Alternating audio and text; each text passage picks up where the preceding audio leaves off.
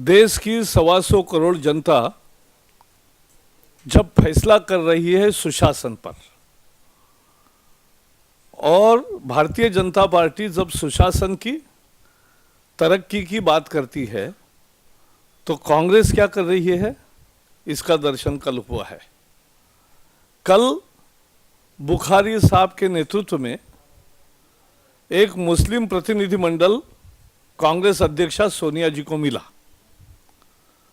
और कांग्रेस अध्यक्षा ने उनको कहा कि अपने वोट बंटने मत देना, मजहब के आधार पर वोट मांग रही कांग्रेस। यह घोर सांप्रदायिक राजनीति है कांग्रेस की, इसका पर्दाफाश हुआ है। वो एक मजहब के लोगों को अपील कर रहे हैं कि आपका वोट बंटने मत देना। क्या मतलब होता है?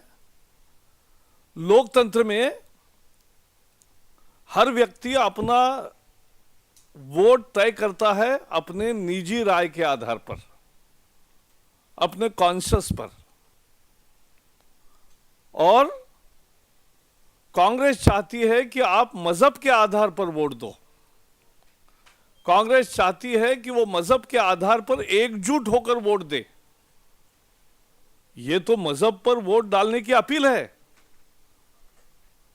सोनिया जी ने अगर ये कहा है तो चुनाव आयोग को स्वयं उसका संज्ञान लेना चाहिए, क्योंकि ये घोर सांप्रदायिक राजनीति है। आपके चुनाव आयोग के आचार संहिता में आप मजहब के नाम पर, जाति के नाम पर वोट नहीं मांग सकते, और कांग्रेस ये कर रही है। और जो हर मतदाता स्वतंत्र रूप से वोट देता है, तो यह मुसलमान मजहब का पालन करने वालों का भी अपमान है। This is an insult to Muslims also. Congress communal politics is exposed because when yesterday the Muslim delegation met under the leadership of Bukhari to Mrs. Sonia Gandhi, the Congress president, she appealed them to ensure that their votes are not split.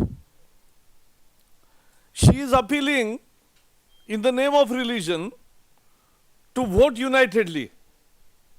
This is absolute communal politics on display. This is absolutely unacceptable. And this is a violation of code of conduct also, because you cannot appeal voters on the basis of religion and caste. We expect Election Commission to take suo motu cognizance of this appeal, because in democracy every person is free to vote according to his or her conscience. But here is the Congress appealing in the name of religion to vote unitedly. That is the vote bank politics we say, accuse always. Congress is indulged into vote bank politics, and this is the एक तरह से बेनकाब हुए हैं।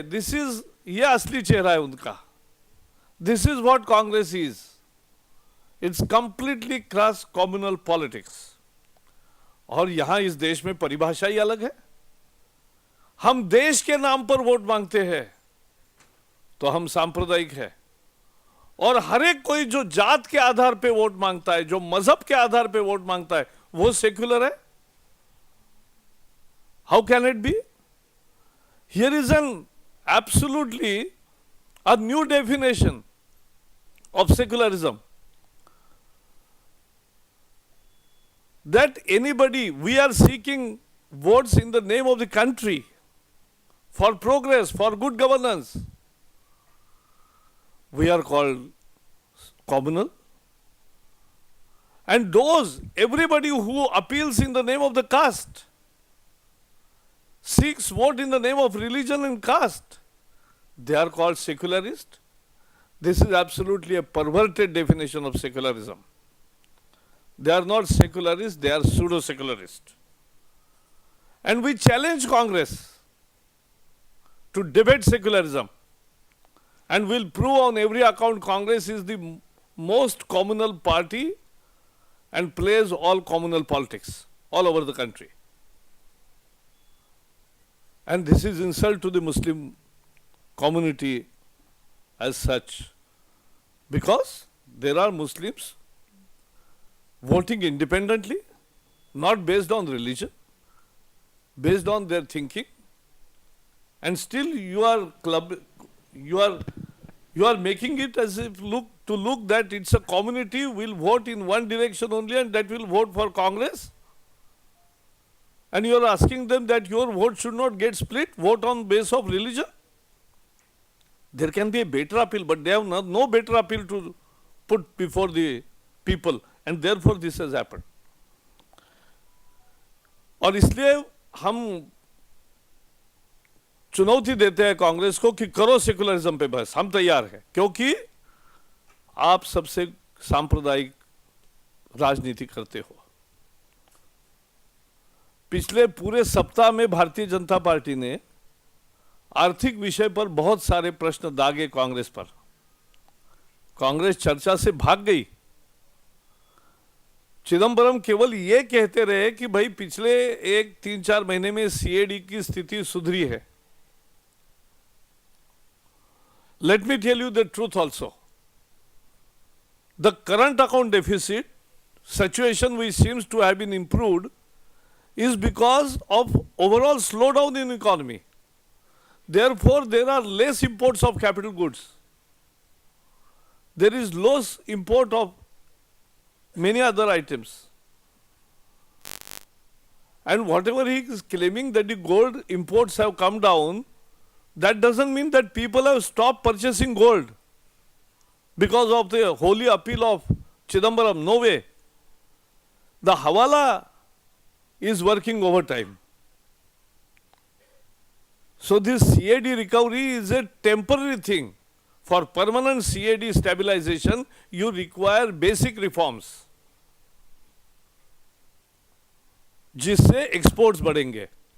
निर्यात बढ़ाकर CAD को stabilise किया जा सकता है, गिमिक्स करके सीएडी को नहीं ये किया जा सकता। और जो सोने की आयात कम हुई कहते हैं, हवाला से आयात बढ़ रही है, ये वास्तविकता है। और बाकी अर्थव्यवस्था की गति कम हुई है, इसलिए इंपोर्ट्स कम हुए हैं और कैपिटल गुड्स इंपोर्ट्स भी कम हुए हैं, ये उसका कारण है। 2 और टिप्पणियां हैं। आंध्र प्रदेश और तेलंगाना में लोकसभा और विधानसभा का चुनाव एक साथ है। 30 अप्रैल को तेलंगाना में चुनाव होगा, 7 मई को आंध्र में चुनाव होगा। दोनों जगह के लिए हमारी वार्ता टीडीपी से चल रही है।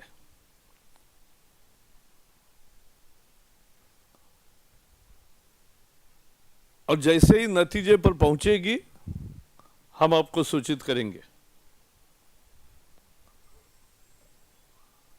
एक और भी कहना है,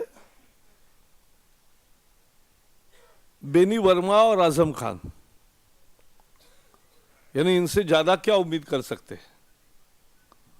उन्होंने फिर से एक बार मोदी को गाली गलौज किया है। ये कांग्रेस और अन्य दलों की हताशा है। मोदी जी की बढ़ती लोकप्रियता का सामना वो कर नहीं सकते। मोदी जो सवाल उन पर दाग रहे हैं, उसका उनके पास कोई जवाब नहीं है, इसलिए वो गाली देते हैं। Abuse is the last resort of defeated. जो हारे हैं उनका ये आखिरी तंत्र होता है। लेकिन मैं उनको कहना चाहता हूं कि आप जितनी गति से मोदी पर गाली देंगे, दुगुनी गति से वो आप पर ही उलट जाएगी. It boomerangs at a double speed because people have already accepted Modi's leadership. So it doesn't hurt him. It hurts you badly because you go down in the public image more and more with each abuse.